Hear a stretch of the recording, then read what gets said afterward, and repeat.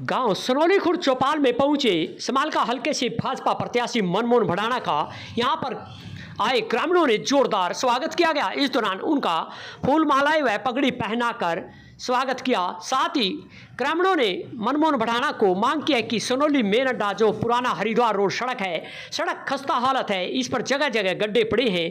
वहीं साथ ही सनौली बापोली ब्लॉक के करीब 49 गाँव के ग्रामीण इस मेन अड्डे पर सड़क पर पड़े गड्ढों से भारी परेशान हैं। इस दौरान मनमोहन भडाना ने कहा कि वह विधायक जनता हल्के की उन्हें बनाती है तो सबसे पहले वह विधायक बनकर यहाँ आएंगे और इस सड़क का निर्माण तो कराएंगे, साथ ही यहाँ पर रिकॉर्ड तोड़ विकास कार्य कराए जाएंगे।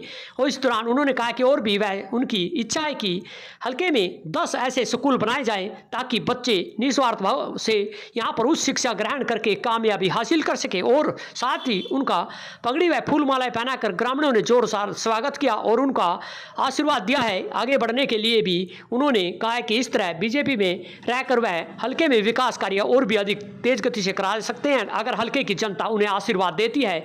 इस दौरान क्या कहना है समालका हल्का से भाजपा प्रत्याशी मनमोहन भडाना को आपको सुनाते हैं। यमुना भारत न्यूज के लिए समालका से उमेश त्यागी की रिपोर्ट। बहुत धन्यवाद करता हूं। आज आपने एक कार्यक्रम का आयोजन किया और मुझे इस लायक समझा कि मैं यहाँ पर आकर अपनी दो बात रख सकूं। कल जब भाई मेरे पास आया दीपक मेरे पास आया तो मैं सच बताऊं, इसने एक बात ऐसी कही जो मेरे दिल को छू, और इसकी तो आंखों में आंसू थे ही, मेरी में भी थे। कल मेरे पास आया भाई, हाथ जोड़ के इन्होंने बात कहा कि भाई यहाँ पे हमारा कोई मंदिर नहीं है और हम अपने बच्चों को क्या बोलें कि भाई कौन से मंदिर में जाए। तो वाकई में मेरे दिल को छूने वाली बात है। तो भाई ने कहा कि भाई एक 15 बाय 15 का एक जमीन का टुकड़ा है हमारे पास, हम उसमें मंदिर बनाना चाहते हैं। तो मेरे भाई मैं आपसे वायदा करता हूं, वायदा नहीं ये करके दिखाऊंगा, 15 बाय 15 नहीं, आपको 150 बाय 150 की जमीन भी दूंगा और उसमें मंदिर भी बनवाऊंगा। और ऐसा होगा जहां हमारे बच्चे जाएंगे और ये महसूस करेंगे कि भाई देखो यही हमारे भगवान। देखिए भगवान तो एक ही है, परमात्मा परमपिता परमात्मा एक ही है, किसी भी रूप में उसे मान लीजिए आप जानते हैं मैं बचपन से हमारे भिवाड़ी में बाबा मोहन राम का मंदिर है, वहां कोई मूर्ति नहीं रखी हुई है, सिर्फ एक ज्योति है, ज्योत जली रहती है 24 घंटे, एक गुफा है उसके अंदर ज्योत रहती है और उसी को पूजते हैं।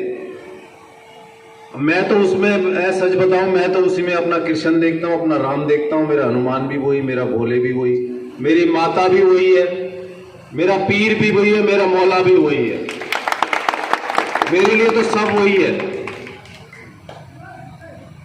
तो मैं ये इसलिए कह रहा हूं कि आपकी आस्था होनी चाहिए। मूर्ति जब तक मूर्तिकार के वहां होती है उसमें कोई भगवान का वास नहीं होता कहते हैं, लेकिन जैसे ही उसकी प्राण प्रतिष्ठा हो जाती है तो भगवान का स्वरूप बन जाता है। तो ये तो आस्था की बात है कि आप कितनी आस्था से अपने गुरु को, अपने ईष्ट को, अपने परमात्मा को किस हिसाब से जो है याद करते हो। तो मैं इन बच्चों से भी यही कहूंगा कि भाई संत जो गुरु रविदास महाराज हैं वही हमारे लिए भगवान के समान है और वही हमारे परम पूजनीय है। तो एक बार गुरु रविदास महाराज की, गुरु रविदास महाराज की। तो भाई ये तो मैंने आपसे वादा कर लिया, ऐसा बढ़िया उनका यहां मंदिर होगा जो आसपास में भी नहीं होगा, ये आपसे वादा करता हूं। और इसके अलावा भी भाई नेता तो बहुत आए हैं आपके पास, आप लोगों ने वोट भी दिए, विधायक भी बनाए हैं, लेकिन चुनाव से पहले तो आप जो कहोगे वो कहने के लिए तैयार बैठे हैं और वायदे तो एक की जगह 100 करवा लीजिए आप। लेकिन आपने निर्णय ये लेना है कि भाई चुनाव जीतने के बाद इन वादों को पूरा करने के सक्षम कौन है और कौन करा सकता है। किसकी नीयत है ऐसी, किसकी सोच है? तो मैं आपसे वायदा करता हूं भाई, इस भरी चौपाड़ में एक कसम खाता हूं कि भाई जो जो आज तक मेरे परमात्मा ने मुझसे बुलवाया है मैंने वो पूरा किया है, और जो आगे भी करवाऊं, जो भी आगे कहूंगा, जो वायदे करूंगा उन्हें भी पूरा करूंगा आपसे। और बात खाली मंदिर और धार्मिक स्थलों की नहीं है, ये तो मेरे परिवार से जो मुझे संस्कार मिले हैं इसके लिए तो मैं हमेशा से प्रतिबद्ध हूं और मैं करता भी रहूंगा। लेकिन उसके बाद मेरी जो योजना है, पूरे क्षेत्र में 10 स्कूल ऐसे खोलूंगा जहां जरूरतमंद बच्चे फ्री ऑफ कॉस्ट बढ़िया इंटरनेशनल एजुकेशन प्राप्त करेंगे। मैं आपसे वायदा करता हूं। खाली टिफिन बांटना या बैग बांटना मेरा मकसद नहीं है।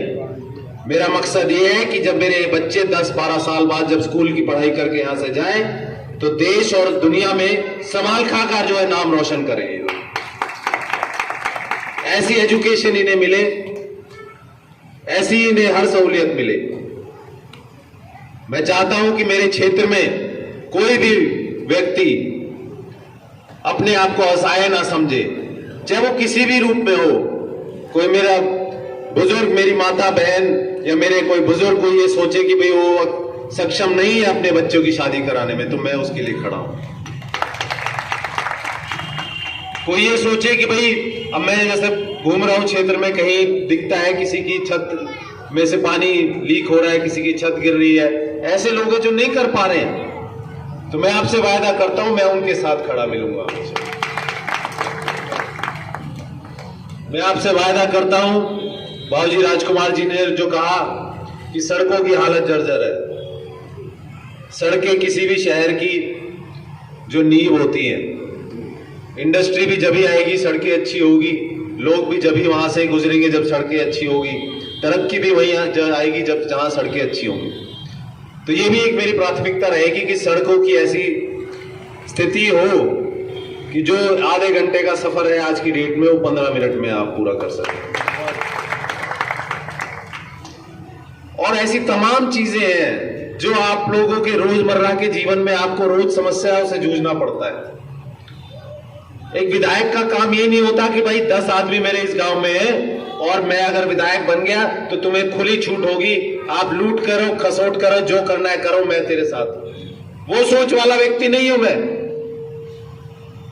क्योंकि ना मुझे अपने लिए चाहिए और ना मेरे साथी जो मेरे साथ लगे हैं उन्हें अपने लिए कोई इस प्रकार से चाहिए। जायज के साथ जायज और नाजायज के साथ नाजायजगी भी करना जानता हूं, ये आप लोग भली बात ही जानते हैं। तो सभी का बहुत बहुत धन्यवाद करता हूं और यही उम्मीद करता हूं कि अपने इस भाई, अपने इस बच्चे को एक मौका दो। मैं कुछ करना चाहता हूं सही में। क्षेत्र में आया हूं, जो आज तक यहां पे जो राजनीति चली आ रही है कुछ सालों से, कुछ 2-4-5 योजना से, जब मेरे पिताजी थे यहां से 2 बार आपने देखा था उन्हें, कोई छोटी राजनीति नहीं करी उन्होंने, कोई तुच्छ राजनीति नहीं करी उन्होंने, कोई पार्टीबाजी नहीं करी, कोई बिरादरीवाद नहीं फैलाया। 36 बिरादरी में उन्होंने काम कराए। कोई चला गया उनसे ये नहीं पूछा भाई कौन सी जात का है तो कौन सी बिरादरी का है। आप लोगों में से कुछ ने उनका कार्यकाल देखा होगा, आप बताइए मुझे ऐसा था कि नहीं।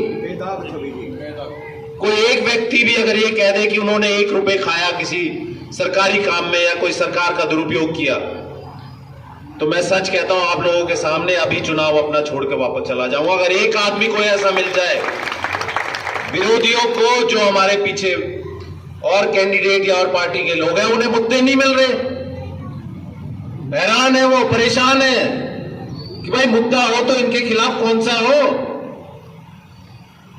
तो गाली गलौज करने पे आ गए अब। पर कोई बात नहीं, मैं बहुत बड़ा दिल दिया है भगवान ने मेरे को, बहुत बड़ा दिल दिया है और सब परमात्मा पे छोड़कर चलता हूं। मुझे पता है जब उसने मुझे ये राह दिखाई है तो कोई ना कोई वो बड़ा कुछ करने वाला है मेरे लिए भी, और आप लोगों के सहयोग से होगा वो। हाँ, तो वो मैं कह रहा हूं कि नियत में कोई खोट नहीं है। मैं चाहता हूं कि कुछ यहां पे करूं आपके आशीर्वाद से, और मुझे यकीन है कि जितनी मेरी माताएं बहनें यहां बैठी हैं, हालांकि यहां 50 ही होंगे आप, लेकिन ये कम से कम 500 मेरी माताओं को जाकर कहेंगी कि भैया ऐसा बच्चा आया है जो तुम्हारे दुख दर्द में तुम्हारा साथ देगा। कहोगे आप लोग, नहीं कहोगे? और मैं आपसे वायदा करता हूं, जीतने के बाद फिर इसी तरह से आपके बीच रहूंगा। लोगों को ये लगता है कि भाई बाहर से आया है चला जाएगा। इतना मान सम्मान, इतना प्यार मुझे जो मिल रहा है यहां पर, सारी जिंदगी भी अगर मैं आप पर लगा दूं तो वो भी कम रहेगा मेरे लिए। मैं आपसे वायदा करता हूं, समालखा में तो मैं रहूंगा ही, बल्कि मैं सनौली और बापोली में भी हफ्ते में एक दिन यहां पर दूंगा आपके बीच। आपको समालखा जाने की जरूरत नहीं पड़ेगी। तो फिर से आज के आयोजक सभी मेरे भाइयों को, सभी कमेटी मेंबर्स को बहुत बहुत धन्यवाद करता हूं। और क्योंकि आचार संहिता लगी है, आप सब बात समझते हैं, लेकिन आपसे वादा है कि काम शुरू होगा कल से ही, और जो मैंने वादा किया है वो पूरा करना। तो सभी का बहुत बहुत धन्यवाद।